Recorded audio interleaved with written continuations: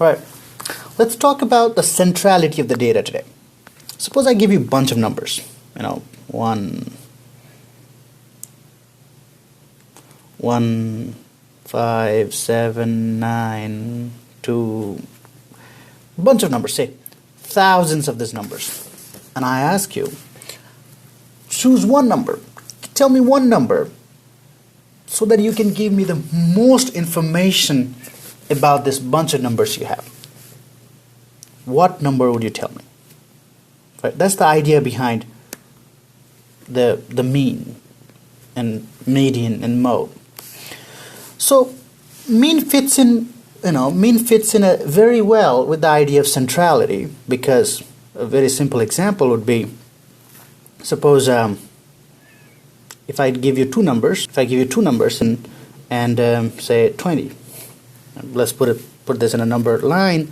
So suppose 0 is here, 10 is here, and 20 is here. If I ask you what is the mean of 10 and 20, or what is the central number between 10 and 20, well, conceptually you would get somewhere in between, and if you take the mean, obviously it will be 15 too. So mean is a very good measure of centrality, and that's exactly what you're getting when you're getting the mean. To get the mean, what you do is you take the sum of all the numbers that you have, so 1, 5, 2, 7, 9, 8, 79, and divide by the however many numbers you added. That's the mean. And conceptually, it should make sense why it would be a good measure of the centralness or the typicalness of the data. By just a argument, a thought experiment between this 10 and 20, you get it. But really speaking, that's not actually the only option. There are a few others, and we'll see how to calculate this, and I'll show this in Excel in a bit. But there is another very good candidate for the centralness, the measure of centralness, and we don't talk about it as much.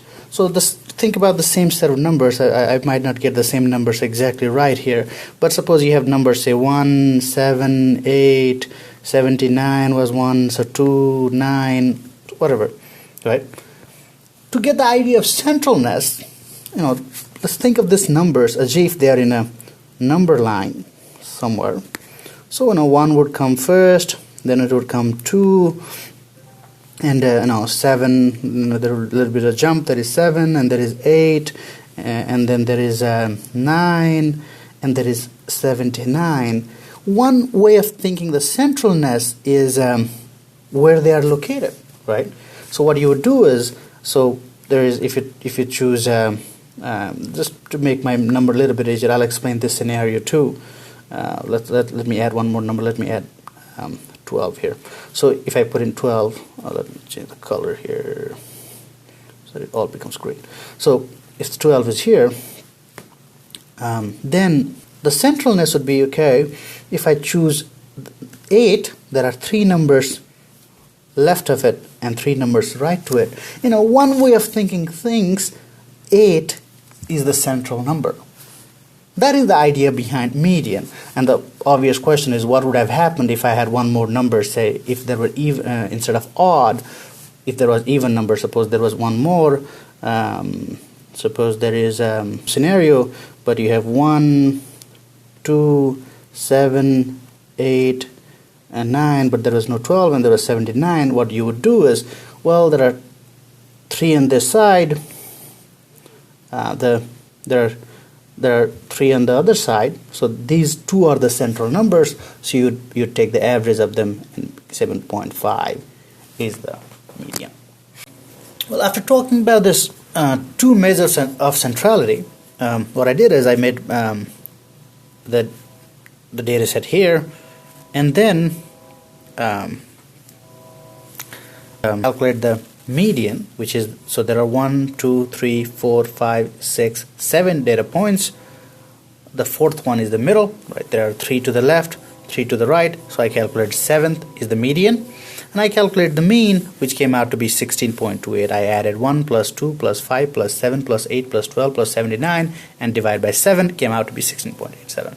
Well, the question is, what's the right measure of centrality?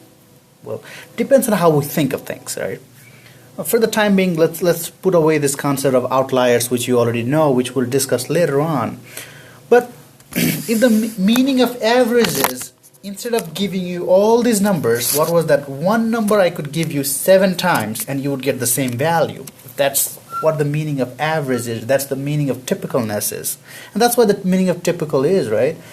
Instead of giving you 7 of these numbers, what one number I could give you 7 times and you'd be equally happy. If that is the meaning of centralness, that is the meaning of typicalness, 16.28 is the better measure of centrality. If the meaning of centrality is centrally located in this hypothetical, conceptual number line, then 7 is the better measure. Right? So in a statistic, we kind of have accepted, and in a statistic, we have kind of accepted, in probability theory, we have kind of accepted mean is the true measure of centralness. And that's why we call mean the first moment of the data. That's the first thing you can tell about the data that gives you the biggest bang for the buck and most information about the data. But there are definitely some instances where median is a better measure of centrality. 2 very good examples come to my mind. The first is, when you read the popular press, you always hear about people talking about median household income. And nobody talks about mean household income, right? Median household income. The reason is, there are people like Bill Gates. Suppose he makes $3 billion a year. There are 300 million people in the country. He adds $10 to everybody's income, right? Suppose we put 100 billionaires together. That adds $1,000 to everybody's, whatever this typical, if they were not there, these 100 people were not there, the average calculation would have been $1,000 less.